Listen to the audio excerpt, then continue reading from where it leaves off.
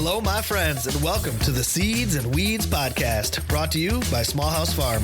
If you're looking to celebrate plants and the people that love them, then this is the podcast for you. Thanks for joining us. I'm your host, Bevin Cohen.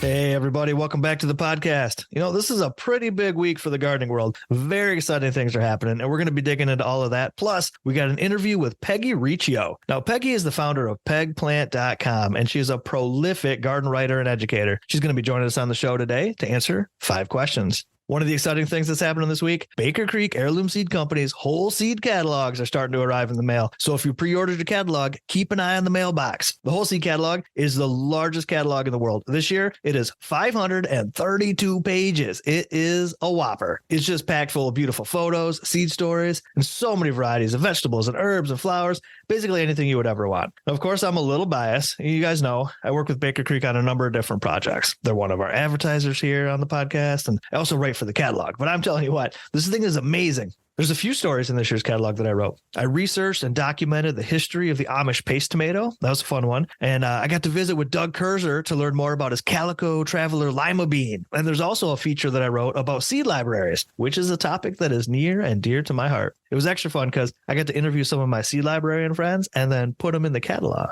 And as usual, you know, the photography in this catalog is just out of sight. Absolutely gorgeous. I have a few copies, so I thought maybe we should give one of them away. Over in the Seeds and Weeds community on Facebook, I'm going to be giving away a copy of the catalog. And you can find our group just by searching Seeds and Weeds in the search bar there on Facebook. But I'll also put the link down in the show notes. And, you know, there's close to maybe 1,000 people in the Facebook group now. And it's a fun way for us to stay connected with each other, share about our gardens, learn from each other. So go check it out. And who knows, maybe you'll win a free catalog. Also in big gardening news, the USDA just released a brand new plant hardiness zone map, and it looks like things are warming up. You know, the last map was released in 2012, and this new version, it's been updated to take into account a shift in average temperatures across the country, anywhere from 0 to 5 degrees Fahrenheit warmer. This new map shows that about half the country shifted to the next warmer half zone. So like here at Small House Farm, we used to be zone 5B, but now we're zone 6A. So the average length of time between our last spring frost and our first fall frost has extended. So that means a longer growing season. In the short term, that doesn't seem too bad at all. But in the long term, what does that mean? Is this an indicator that the effects of climate change are happening in real time right in front of us? It certainly seems that way, doesn't it? In an article published on November 18th by the Associated Press, Chris Daly, who's a researcher from Oregon State University, he mentioned that on average, winter temperatures have risen 2.5 degrees just in the last decade. And I want to read this part of the article to you here. It's the final quote. This is the real kicker. But listen to this. This is from the article. As the climate shifts, it can be tricky for plants and growers to keep up. And then here's a quote. There are a lot of downsides to the warmer winter temperatures too, said Teresa Crimmins, who studies climate change and growing seasons at the University of Arizona. When we don't have as cold winter temperatures, we don't have as severe diebacks of insects that carry diseases like ticks and mosquitoes. She added that hotter, drier summers in some regions may kill plants that once thrived there. And then here's the quote. Ready for this? You wouldn't want to plant plants that aren't adapted right now for where you're living. I'll say it again. You wouldn't want to plant plants that aren't adapted right now for where you're living. Plants that are adapted right now to where you're living. I mean, if this isn't screaming about the importance of seed saving, I don't know what it is. When we save seeds from the healthiest, best performing plants in our gardens, we will continue to get better performing, healthier plants. From season to season, these plants adapt to the minor shifts in climate, to our soil conditions, pest pressures, growing techniques. The best performing seeds that you can get are the ones that come from your own garden. It's as simple as that. So if you haven't yet, start saving your seeds. Now, before we jump into the interview, quick shout out to the members of our Patreon community. It's the support of our Patreon members that make this podcast possible. So if you enjoy the show and you want to show your support, please consider joining our Patreon. You know, members get all sorts of groovy perks like seeds and books and herbs. Plus, you're helping keep us on the air, and I think that's pretty cool. You can find that link in the show notes or at seedsandweedspodcast.com.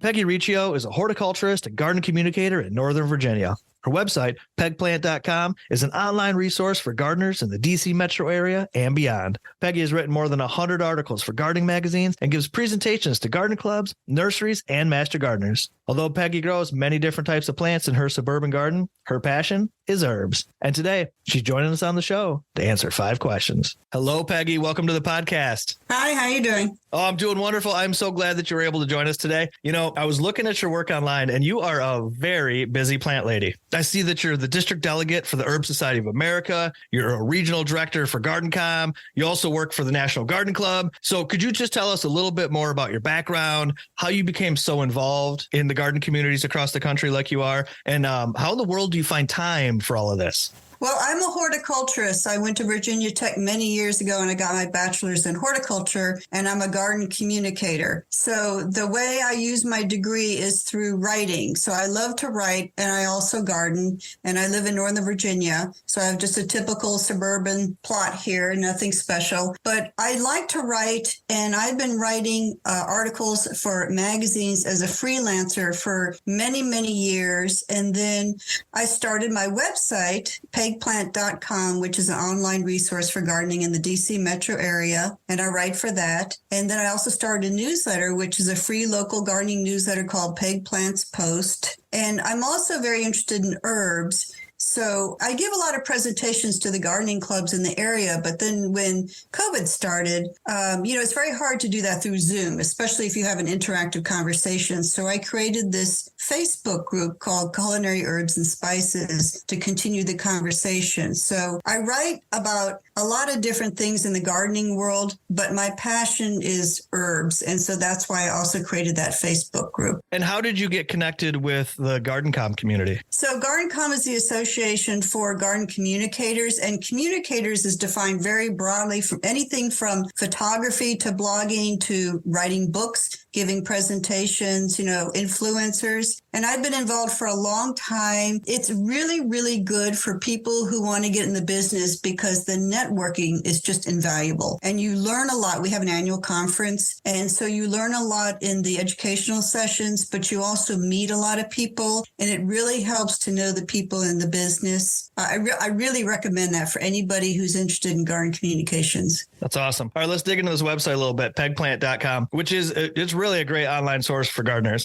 You write about plants, there's book recommendations, garden tips, all sorts of groovy stuff. Tell us a little bit more about the site, how it came to be, what you're offering gardeners, the newsletter, all that good stuff. Well, I don't know if anybody remembers, but years ago, maybe they still exist, I don't know. There's Welcome Wagon. So it used to be, especially when I was in high school and we moved to Vienna, Virginia, the Welcome Wagon lady came around and sat down with my mother in the living room, and she gave my mother all the different information about all the local businesses you need to know if you just moved to the area, as well as coupons and everything. And so I was talking with somebody years ago, and that person was new to gardening, and I was telling him, oh, you got to see this, you got to do that, you got to see this. And then it occurred to me that my website can be like Welcome Wagon, where if you're new to gardening or you're new to this area, these are all the different things you need to know about, like your local nurseries, your local botanical gardens or public gardens, and then your hardiness zone. And then, of course, I have other things like I list every month, I list local gardening events, and we can get 50 to 100 gardening events in this area, including Zoom or free. Some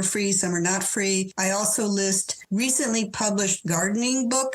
And that's a cumulative list. It goes on from 2022 to 2023. So you can use that list as a resource if you're looking for books for ideas for people. So the website became like the place you need to go to if you're new to this area or you're new to gardening. And here's everything you need to know in the gardening world in this area. It's very local. It's very specific. Yeah, I noticed that the website describes itself as a resource for gardeners in the Washington, D.C. metro area. But really, a lot of the things that you write on the website, I find it's beneficial to gardeners in other places too, wouldn't you say? It is. It is. And especially DC metro area means Maryland, Northern Virginia, DC. But a lot of times I will list events that are from a public garden that's in Pennsylvania or the New York Botanical Garden. But also the books are relevant to anybody. And then, a lot of the articles are just about plants or gardening that are relevant to other people. You had mentioned the USDA Hardiness Zones, and I'm sure that you just saw that they just released a new map. Some of the folks' zones have changed, which is pretty wild. How did your zone change? Is it the same or did Mine didn't change. I'm still in 7B. And in fact, I just wrote that article and it's going to be published on my website in a week or two. Oh, fantastic. I'll be sure, of course, we're going to put a link to the website so folks can check it out. Our zone changed here in Michigan. We were 5B and now we are 6A. Wow, getting warmer. It's getting warmer, that's for sure. But, there's a lot to unpack there, so we won't get into all of that. Let's get into the questions. I got 5 questions here for you, Peggy. So this way our listeners can get to know you a little bit more on a personal level out there in the garden. The first question is going to be sort of a two-parter. If you had to pick a favorite plant or plant family, what would it be and why? I would pick basil. And I don't mean just the sweet basil. I mean all basils. I really like all the different basils. I haven't grown them all, but I know there's a lot out there. First of all, they're easy to grow from seed, and you can grow them as an annual here. They like the warm weather. So all the basils are grown the same way. And I start them in May from seed in containers here, and some I grow in the garden. But they have a lot of different uses, and people don't think that there are basils that you can grow as annuals, just like you grow marigold, right? So like Thai basil, I have in the front as an annual, and I let it flower. And then in the fall, it actually turns kind of purple. It's really cool. And then, of course, you can use Thai basil for cooking, or I make syrups out of it. But then, of course, the sweet basil, you can just grow for the leaves. But then we grow lemon basil for 2 reasons. One is that we use it for cooking, but also I just let it flower in a container on the deck here, and then all the goldfinches come and they eat the seeds. So there's a lot of uses for basil. If you had to pick a favorite basil, which one would it be? The Thai basil. And what do you use the Thai basil syrup for? So I make a Thai basil syrup where you get a cup of sugar, a cup of water, bring it to a boil, add a cup of the leaves, right? And then you let it sit there for about 20 minutes, and then you strain out the leaves. And what you do is you make this syrup. And then I get a can of the frozen limeade concentrate, and you make the limeade with that. And then you pour a glass and you add just a couple of spoonfuls of that syrup. And it really makes it taste really good. It just packs a punch. And of course, if you're so inclined, you could add a little alcoholic part to it too. But still, it's really, really good. That sounds delicious. It's very delicious. Oh my goodness. All right. That's cool. All right. So the second question here is, what is a recent garden success that you've had? Well, this year I also grew, I do a lot of things from seed. So I did Mexican mint marigold from seed. And I really like it a lot because it is an herb, but it also flowers. And right now it's still flowering. It's like, mid-November here, still flowering these little orange flowers. And the leaves, they say it's a substitute for tarragon. Really nice scent and flavor to the leaves. Can I put in another plug for another one that was a success? Absolutely. Okay, so this year I also grew winter squash, the kabocha Japanese type called sweet jade. And I had a lot of success with it because every year I always grow the summer squash, the yellow summer squash and the zucchini, and they never work out because I always get the squash vine borer. And so this year I thought, why bother? It just never works. So I'm just going to buy those from the farmer's market. But the winter squash was beautiful, and I had no problems with pest or disease. So it's a pretty successful year for the squash for you. Yeah. And I'm going to grow winter squash from now on and not the summer squash. All right, let's flip the script a little bit then. The next question is, what is a recent garden failure that you've had? But more specifically, what is the lesson that you can learn from it? Well, that would be, for years I've been trying to grow summer squash, and I always get that squash vine borer. And so the lesson learned this year is I'm not going to do that. And I'm going to go to the farmer's market and just buy it that way. And I think that's the only, my aha moment of the year. That's a good lesson to learn. Sometimes it's great to see these challenges and try to overcome them, but sometimes you just got to throw in the towel, right? Yeah. So what is a current project that you're working on that you're very excited about? Well, last year I wrote this article, and it was just kind of like a spur of the moment thing. I just wrote this article on my website about new herbs for 2023. And I was looking at like about 20 seed catalogs, and I was seeing what's new on the market. And these would be grown from seed, right? And I wrote an article about that. And I thought, I'm going to do that again this year. This year, probably in January, I'll write another article about new herbs on the market for 2024. Because years ago, I did write an article about breeding better herbs for a magazine. And it's really interesting that there are new herbs on the market, and there is breeding in the herb world. A lot of people don't know that, but there are new varieties that come about, or just new things, that are found that are available here in the U.S. market. Can you give us some examples of some of these newer herbs? Well, for example, for example, basil, of course, they had the downy mildew problem. And so there are new resistant varieties. I just listened to a webinar of a new line of resistant varieties that are even more resistant. It's a more resistant line of basil that's going to come out in 2024. Oh, that's exciting. All right. Now, the next question is, what is a project that you are not personally involved in, but you're still really excited about it? So who's your shout out today? Okay. So this is kind of like, I didn't realize this until you asked me to be on this podcast, that I'm very kind of a split personality here, because although I look forward to the new herbs and everything and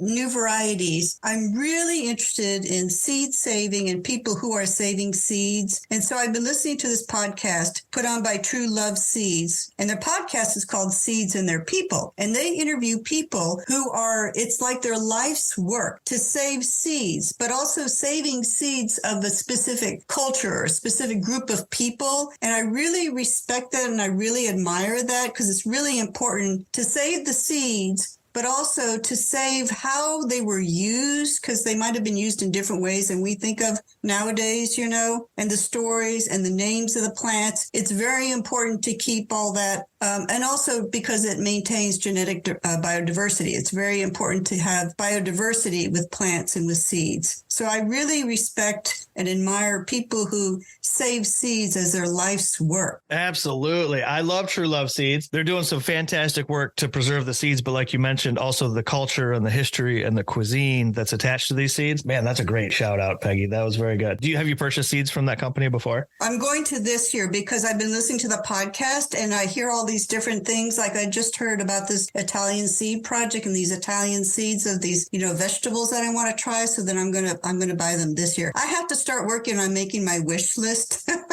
my 2024 wish list. Yeah, it's tricky. I'm an avid seed saver and I still every year make a wish list of seeds to buy. I can't help myself. There's so many good varieties out there and I want to try them all. It's like when you were little and you had the Sears wish book, and you go through the wish book and to pick out all the toys you wanted. That's exactly what it's like. I'm going to put the link to True Love Seeds down in the show notes too, so folks can check it out. And that, my friend, is 5 questions. So for folks that are looking to connect with you, maybe sign up for that gardening newsletter, what is the link that they need to know? So the link is on the website. Just go to pegplant.com and you'll see the link right there on the right. All you have to do is just put in your email. That's all it asks for. Very cool. Peggy, thank you again so much for being on the show with us today. That was awesome. Thank you.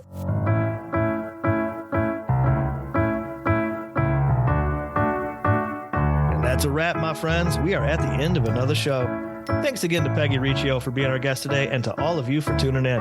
Remember, if you'd like to support the podcast, you can join our Patreon. You can find that link and many more at seedsandweedspodcast.com. This episode was edited and produced by all of us here at Small House Farm, and the song you're enjoying right now is Thanksgiving Day by Pineapple Music. Thanks again for joining us. I'm Bevin Cohen, and we'll see you next time.